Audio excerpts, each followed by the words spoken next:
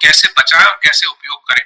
अभी क्या प्रॉब्लम है, हम लोग ये सोचते हैं जैसे हम लोग फर्टिलाइजर का बहुत उपयोग करते हैं, ऐसे ही खेत में हम बहुत ज्यादा मशीनें चला देते हैं। तो यदि आपको, जैसे अभी हमारे प्रधानमंत्री जी ने भी कहा है कि हमको ऑर्गेनिक फार्मिंग, मतलब वो उसको हिंदी में बोलते हैं ऑर्गेनिक फार्मिंग करनी है, कम से कम केमिकल का उपयोग करना है और सस्टेनेबल, मतलब ये टिकाऊ उसका उत्पादन हो। ऐसा नहीं हो 2-3 साल तो खूब बढ़े और उसके बाद प्रोडक्शन उत्पादन कम हो जाए, है ना।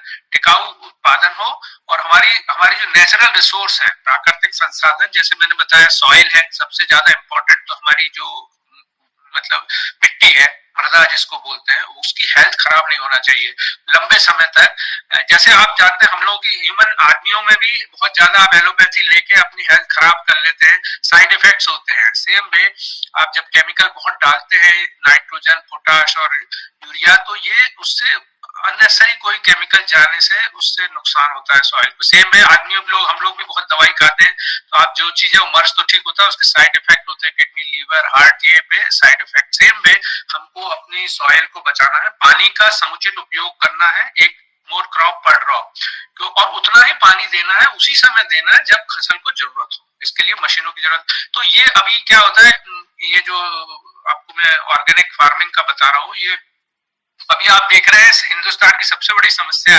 आपने पेपर में पढ़ा होगा कि दिल्ली में नवंबर दिसंबर में जब ये इसकी कटाई होती है अपने धान की, इतना पॉल्यूशन हो जाता है, स्कूल भी बंद करने पड़े थे।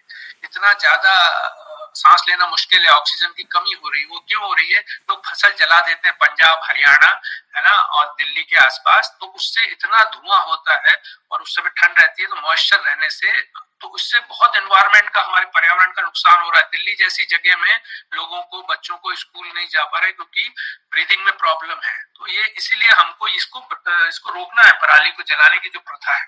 उसका तरीका ये है, जो हमारी पूर्वजों ने, जो भारत में खेती ट्रेडिशनल होती थी, उसमें इसको जमीन में ही मिला दिया जाता था। जैसे अभी क्या होता है, फसल कटी तो उन्होंने कहा इतना सारा भूसा जमीन में है, इसका अपने धान का जो है उसको एक माचिस डाल के जला देते हैं, तो उनको लगता है खेत खाली हो गया, अब हम गेहूं बो सकते हैं। तो खेत तो खाली हो गया, लेकिन उसमें इतना आप कार्बन जमा हो गया, आपकी सॉइल की हेल्थ खराब हो गई, और जितने उसमें न्यूट्रिएंट थे, छोटे छोटे जो कीट होते हैं जो खेती के लिए उपयोगी होते हैं, उनकी भी डेथ हो जाती है, इतना टेम्परेचर होता है। तो कभी भी पराली को जलाना नहीं चाहिए, उसको इसी में एक हैप्पीसीडर मशीन आती है जिससे इसी में मिक्स कर देना चाहिए। तो ये जो बायोलॉजिकल मटेरियल उसमें जाता है खेत में, सॉइल में, तो उससे उसकी उत्पादकता बनी रहती है। नेचुरल, ये नेचुरल खेती है। मतलब अभी जलाने से तो आपको कार्बन आया, कोयला आया, और वो पूरे एनवायरनमेंट में भी गया, जमीन में भी गया, और अगले 2-3 साल बाद आपकी जमीन बट्ठड़ हो जाएगी।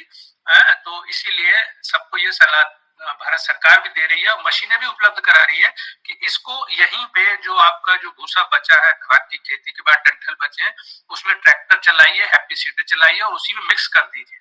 तो इसके कई फायदे हैं, जो मॉइस्चर है वो भी वहां बना रहता है, सिंचाई की कम जरूरत पड़ती है ना। और दूसरी चीज है, ये जो या फिर आपके यहाँ ऐसी व्यवस्था होगी, ये जो स्ट्रॉ है, ये जो भूसा है, इसको इकट्ठा करके इसके आधार पर उद्यम लग जाते हैं। तो ये जो नई प्रैक्टिस है संरक्षित खेती की, मिनिमम टिलेज, मतलब अपनी भूमि को, सॉइल को कम से कम डिस्टर्ब करिए, और उसके ऊपर ये जो कवर है, इसका कवर रखिए उसके ऊपर, जो भूसे वगैरह का, जिससे मॉइस्चर भी ऊपर न जाए। और तीसरी चीज है क्रॉप रोटेशन। अभी आप सिर्फ गेहूं चावल लेते हैं, उसकी बजाय ज्वार बाजरा लें, तो उसमें क्या होता है कि सबकी रूट जोन अलग अलग होते हैं। कोई फसल 15 सेंटीमीटर गहराई पे जाती है, कोई 30 सेंटीमीटर पे जाती है, तो अलग अलग लेवल से न्यूट्रिएंट उपयोग होते रहते हैं, तो क्रॉप का हेल्थ बनी रहती है। तो ये 3 चीजों का आपको पालन करना चाहिए कि मिनिमम सॉइल को कम से कम डिस्टर्ब करें, उसके ऊपर हमेशा रेसिड्यू का कवर रखें, और जो रेसिड्यू निकले, जो कृषि अपशिष्ट आप बोलते हैं, फसल की जो कटने के बाद भूसा है, उसको जमीन में मिला दें, और अपनी एक ही फसल ना लें, गेहूं और धान ही ना लें, उसमें कभी उसमें ज्वार लें, कभी बाजरा लें, कभी मक्का लें। और इसके लिए अपने आसपास के कृषि विभाग के बहुत से ऑफिस हैं आपके, उनसे सलाह लेते रहें।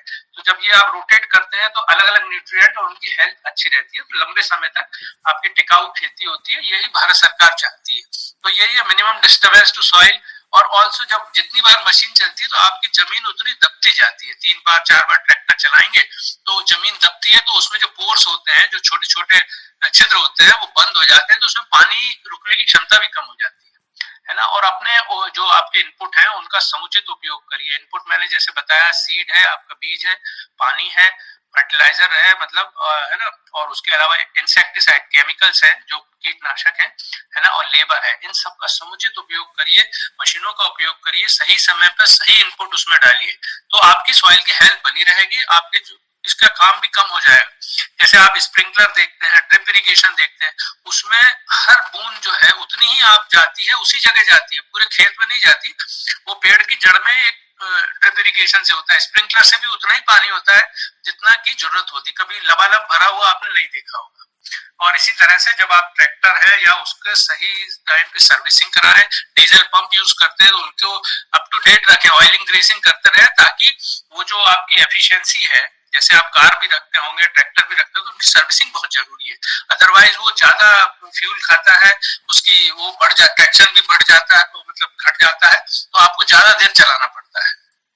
तो ये सब चीजें हैं, ये बहुत से पैकेजेस हैं जो जो स्ट्रॉ के लिए, जैसे हमने मिनिमम टिलेज के लिए कि कौन सी मशीन, पूरा पैकेज बना हुआ है, उसकी जानकारी आपको मिल सकती है। और इसमें ये सब वैज्ञानिकों से ये साबित हुआ है कि ऑर्गेनिक खेती और बिना केमिकल वाली कम से कम डिस्टर्ब करने से इससे उत्पादकता बढ़ती है और आपकी प्रोडक्टिविटी भी बढ़ेगी, और आपको घाटा नहीं होगा कि आप सोचे कि ट्रैक्टर नहीं चलाया, कम यूरिया डाला तो प्रोडक्शन कम हो जाएगा, बल्कि उल्टा है, आपकी इनकम बढ़ जाएगी। ठीक है ना। तो ये बहुत से डाटा है, इनका आपके लिए उपयोग नहीं है। तो कार्बन मोनोऑक्साइड है, नाइट्रोजन ऑक्साइड, ये सब गैसेस हमारे वातावरण में जाती है और ये आम आदमी की हेल्थ पे बहुत बुरा असर डाल रही है, और ये दिख भी रहा है। आप लोग देखते होंगे आजकल लोगों के बीमार होने की निरंतरता बढ़ती, इम्यूनिटी कम हो रही है जो आप कहते हैं ना। और ये मशीनों का पैकेज है, जैसे आप स्टेबल हैप्पी, ये मशीनों की जानकारी संरक्षित खेती के लिए इनको करने से, ये पूरा ये देखिए मशीनों के फोटोग्राफ्स है, बाजार में मिलती है और इसकी जानकारी भी आपको मिल सकती है। और ये मैंने बताया सोलर एनर्जी, जो सौर ऊर्जा, उसके इससे ये कोल्ड चैम्बर बनाया हुआ है। जैसे घर में फ्रिज में आप घर की सब्जी तो रख सकते हैं, लेकिन खेतों की इतनी सब्जी के लिए ये इसमें एक इन्वर्टर लगा है, जिसमें जो सोलर पैनल से ये चैम्बर जो है, जो जो सब्जी आप, जैसे आपने आलू काटे या टमाटर काटे, फसल आने के बाद 3-4 दिन में उनकी क्वालिटी खराब होने लगती है, लेकिन यदि आप ये चैम्बर लगवा लेंगे तो 3 हफ्ते तक आराम से आप इसमें रख सकते हैं, बिना इन फसलों के आपकी जो सब्जियां हैं, फ्रूट्स एंड वेजिटेबल है, खराब नहीं होते। और जो जो भूसा है उससे भी बिजली पैदा होती है, उसका भी प्लांट हम लोगों ने यहाँ बना हुआ है, आपको कभी लगाना। और घर में भी छोटे स्तर पे भी आपने देखा होगा, ओल्ड पुराने समय में जो लेडीज होती थी घर में, कोयला और ये जो डंठल होते हैं फसल के, इनको मिला के, गोबर को मिला के ये ऐसा वो नलीदार कोयला बनाती थी। तो जब इसको जलाते हैं तो इसमें धुआं कम होता है, तो धुआं कम होने से वातावरण में जो लेडीज बनाती है किचन में, उनको कार्बन उनके लंग्स में कम जाता है। तो और ये अच्छी लॉ निकलती है, इसमें स्मोकलेस चूल्हा इसको बोलते हैं, धुआं रहित चूल्हा। तो ये आपको इसमें करना कुछ नहीं, सब गांव में ही उपलब्ध है। आपके जो डंठल है, इसमें थोड़ा गोबर मिलाइए, इसको थोड़ा देर बर्न करिए इस चैम्बर में, उसके बाद ये मशीन से गोलेदार, तो नलीदार कोयला टाइप बन जाता है, और इसमें स्मोकलेस है। तो ये तो आराम से आप कर ही सकते हैं। और कई जगह हमारे कई एनजीओ और सेल्फ हेल्प ग्रुप है जो ₹1 किलो ये खरीदते हैं डंठल, और वो बना के कोयला बेचते हैं। तो इससे सभी का फायदा हो रहा है, वातावरण का भी हो रहा है, और ये जो कृषि का अपशिष्ट है इसका भी उपयोग हो रहा है, और हमारी जो लेडीज किचन में गांव में काम करती है उनकी हेल्थ भी खराब नहीं हो रही है। तो इस तरह के काम करने से ऊर्जा का संरक्षण होगा। और ये जैसे सोलर ड्रायर है, कोई भी, जैसे आपने मिर्ची बहुत हो गई तो उसको, या टमाटर हुए या गोभी हुई, उसको सोलर ड्रायर, जो सौर ऊर्जा से उसको ड्रायर में ड्राई कर लीजिए, और ऑफ सीजन में आप आराम से साल भर खाइए। जैसे अचार होता है, आम जब होते हैं आप घर में अचार बना लेते हैं, साल भर अचार खाते हैं, क्योंकि साल भर तो आम रहेगा नहीं आपके पास कैरी, तो उसको ये प्रिजर्वेशन टेक्निक्स बोलते हैं, है ना, खाद्य प्रसंस्करण। और ये भारत सरकार की बहुत बड़ी स्कीम आई हुई है, एग्रीकल्चर इंफ्रास्ट्रक्चर फंड, जिसमें एफपीओज हैं, जो फार्मर्स प्रोड्यूसर ऑर्गेनाइजेशन है, एनजीओज है, उनको काफी सब्सिडी है 40% तक मशीनों में, और हर जिले के लिए एक उत्पाद को चुना गया है। आप अपने कृषि विभाग से, मध्य प्रदेश में भी कृषि विभाग और ये एमपी एग्रो जो है, इनने हर जिले का एक उसके लिए, और बैंक से संपर्क करके वहाँ ये जो लोग यूथ है, यंग है, वो एक उद्यम लगा सकते हैं। तो यही मैं आपको बताना चाह रहा था। और इससे रिलेटेड आपके कोई सवाल?